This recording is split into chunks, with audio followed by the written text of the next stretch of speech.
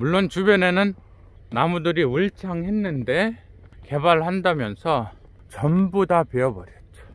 아람들이 참나무들이 울창했던 이 산도 당연히 우리 집 산이었죠. 할아버지가 전부 팔아먹은, 할아버지가 정상적인 사고와 정상적인 애정관으로 가정을 건사하셨다면 저희 집안은 한 3천억에서 5천억 정도의 부동산을 가진 조금 뼈대 있는 가문이었을 수도 있죠.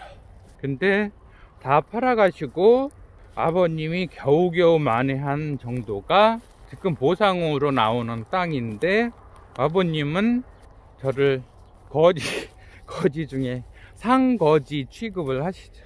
그런 아버지가 싫어서 며느리는 또 아버지와 반목하고.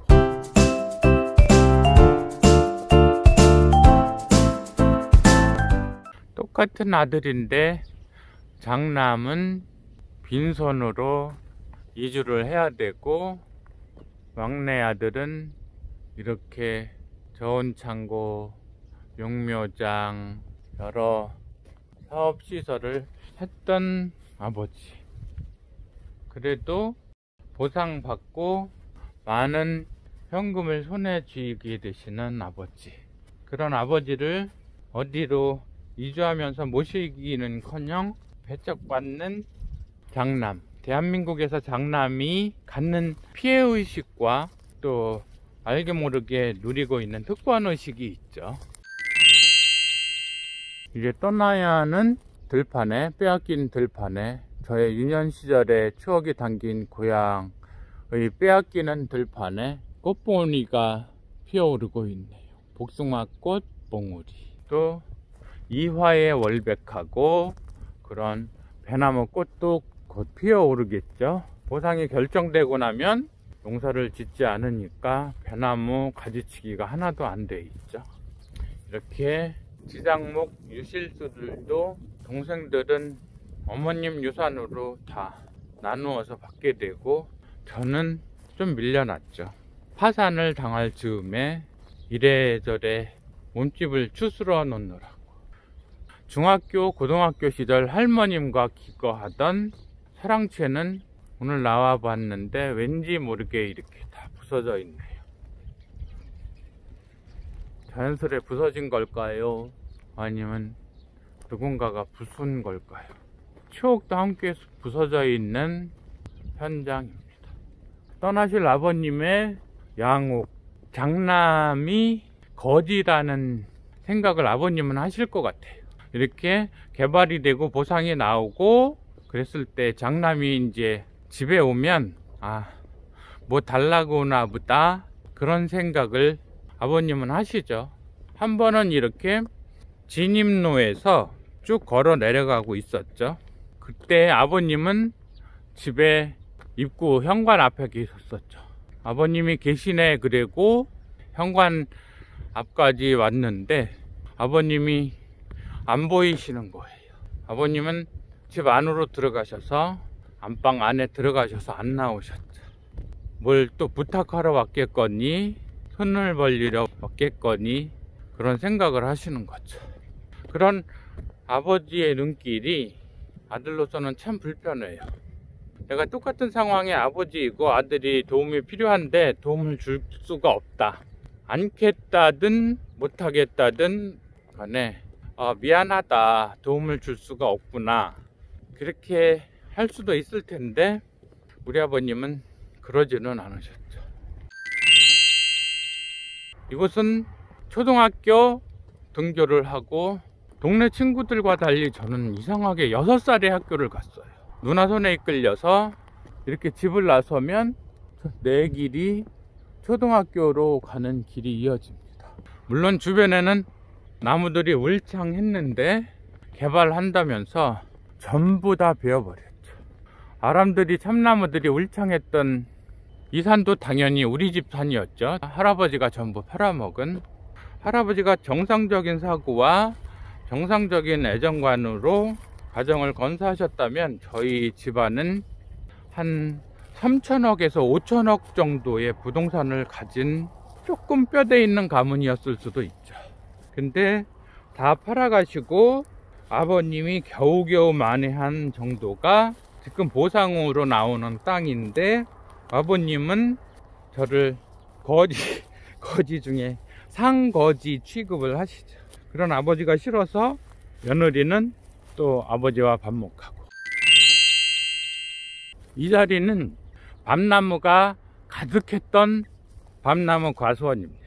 제가 다른 영상에서도 전혜린을 회고하면서 썼던 동영상에서도 언급했던 밤나무 과수원, 한수산의 가을나그네라는 책을 들고 이 밤나무의 높은 가지 위에 올라가서 읽으면 그 소설 속에 동영이, 서영이, 남영이 시점으로 소설이 진행되는데요. 한수산의 가을나그네를 읽던 밤나무 밭에도 나무 한 그루 없이 전부 다 잘려나가 있습니다.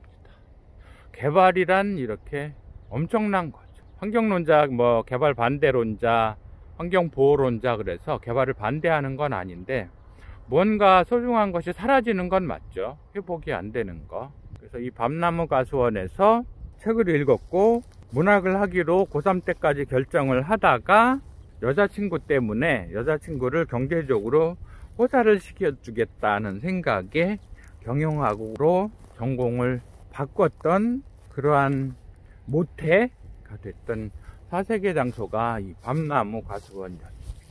이러한 가수원을 지나면 초등학교 등교길이 이어지죠. 지금은 이렇게 포장이 되어 있지만 당시에는 그냥 시골길이었죠. 흙길.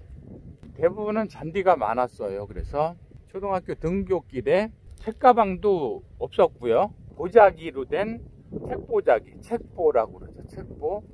거기에 국어, 산수, 사회, 자연 이런 책을 넣고 도시락을 하나 넣고 둘둘 말면 전대같이 어깨에 멜 수가 있죠. 어깨나 배에 메고서 학교를 가는 거죠. 저는 걸음이 유난히 느렸는데 달리기도 느렸죠. 초등학교 때 달리기를 하면 한심한 것이 제가 여자들보다도 못 뛰었어요. 학급 친구 여자들보다도 100m를 달리면 더 느렸어요. 그런 데에서 오는 인격적인 모멸감, 열패감 이런 건 굉장했어요. 그래서 초등학교 고학년이 되면 운동회 때에는 아예 화장실에 가서 안 나왔어요. 그래서 달리기가 끝나면 나왔죠. 어머님이 너 달리기 하는 거 안 보이더라 그러면, 왜 초등학교 운동회 때는 부모님들이 오시잖아요. 그러면 화장실에 갔었어 그러고서 말았죠. 저학년 때 너무 아무리 달리려 해도 못 달리던 그런 기억이 선합니다. 그렇게 다니던 초등학교 등교길, 이렇게 어린 걸음에 30분 이상은 가야 국민학교가 나왔었죠. 국민학교 이렇게 가다가 보면 이제 또 동네 친구 가는 시간이 거의 비슷해서 쭉 가다 보면 동네 친구들이 저 앞에 집 보이시나요? 은자래는 친구네 집. 그 친구도 어디로 가서 없고 집도 부서져 가고, 이 앞에 있는 또 친구네 집도 어디로 나가셨는지 안 보이시네요. 그렇게 책가방을 메고 학교에 가면 커다란 빵을 하나씩 줬어요. 그때 당번은 아무래도 미군 부대에서 나온 지원 식량 같아요. 아주 지금의 크림빵도 아니고 소보루빵도 아니고 그냥 빵이에요. 그거랑 또 당번이 커다란 물주전자로 가서 우유를 타왔죠. 그러면 컵 하나에 빵 하나. 그러고 보면 우리나라의 무상급식이 좀 일찍 시행되지 않았나 하는 생각 들어요. 1970년에 제가 초등학교를 들어갔으니까 70년에 대한민국 무상급식, 의무교육은 모르겠는데 무상급식이 있었던 시절이죠. 이성에 대한 감정이 눈을 뜬 건 초등학교 5학년, 6학년으로 기억이 돼요. 그러면 아까 우리 앞집에 친구랑 여자친구랑 이 집에 우리 남자친구랑 셋이가 잘 어울렸죠. 그러면 초등학교 때 학교를 갔더라. 중학교 같아 보이네. 중학교 1학년, 2학년 때. 이제 앞집 친구는 그래도 또 여자친구네라 마음껏 못 가고 그 여자친구를 불러서 이 남자친구네 집에 왔었죠. 그러면 여기서 한겨울에 이불 속에다 발 묶고서 뭔 얘기를 그렇게 했는지, 그건 겨울에 그랬고요. 여름이면 또 이 친구네 아버지가 수박 같은 거를 전문적으로 잘 지으셨어요.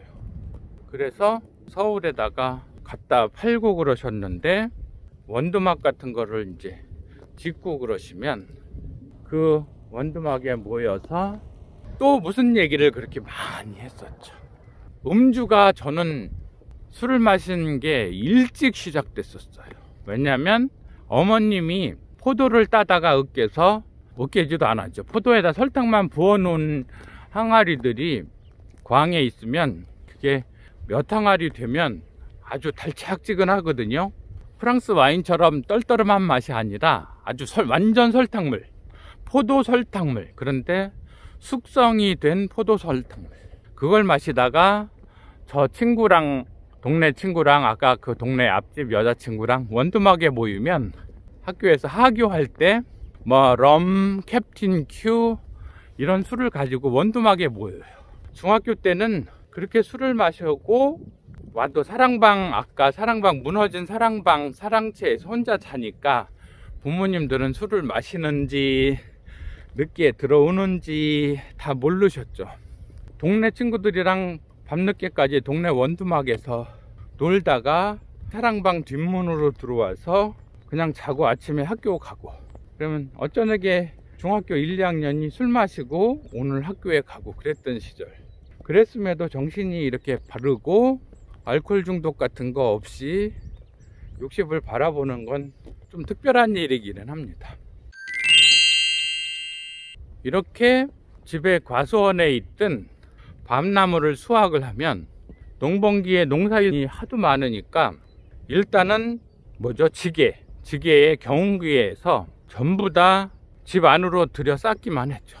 그 밤나무 과수원에서. 그러면 설이 내리고 한겨울이 되면 어머님, 아버님, 저랑 누이, 그때는 동생들은 어렸으니까 밤새도록 그 밤을 까서 광에다가 이제 마대자루에다 가득 채우죠. 그러면 광 안에 한 30포대, 40포대 정도가 있으면 그걸 한 번에 몰아서 어머님이 안중 장터에다가 갖다가 과일 전문점에다가 갖다가 팔으셨죠. 그 시절에 제가 유난히 기타가 갖고 싶었어요. 노래 잘하고 싶고. 그래서 한 푸대 한 푸대마다 밤을 한 대박씩 해서 한 푸대를 새로 만들었죠. 어머님은 모르시죠. 자루마다 밤이 조금씩은 줄어들었지만 그게 정말 줄어들었는지는 모르셨던 것 같아요. 그래서 그 밤자루를 싣고 어머님이 늘 저랑 같이 팔러 다니시던 밤 파는 집에 가서 저 혼자 가서 팔았죠. 그 주인도 어린애가 왔어도 의심을 하지 않는 것이 늘 엄마랑 같이 왔던 아이니까. 그래서 한 6, 7만 원 받았던 것 같아요. 기타, 어쨌든 성음에 기타를 하나 살 수 있는 정도는 됐으니까 그 돈으로요.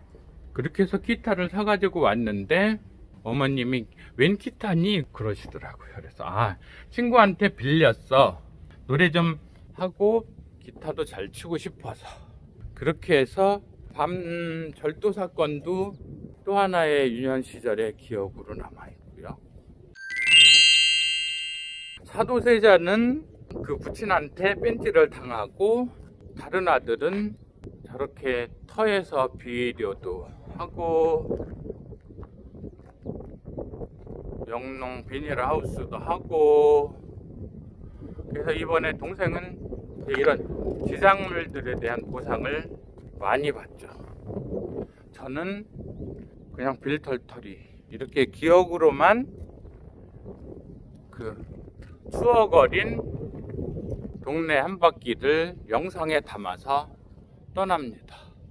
모든 것이 완전히 바뀌겠죠. 저 아래 저렇게 무너져 내린 저의 추억의 사랑채처럼 제가 조금 유명했더라면 시에서 이계양 생가를 터를 보존해야 된다, 그런 얘기도 있겠지만 현재로서는 어려운 얘기죠. 아버님과 다시 좋게 지낼 수 있을런지, 며느리는 못난 남편 때문에 맏며느리 대접도 못 받고 시아버지랑 소원하게 살고 있고, 저의 앞으로의 가정사는 어떻게 전개될까요? 파이팅입니다. 감사합니다. 오늘도 긴 이야기 들어주셔서 감사합니다. 저 자신에게도 하는 말이었습니다.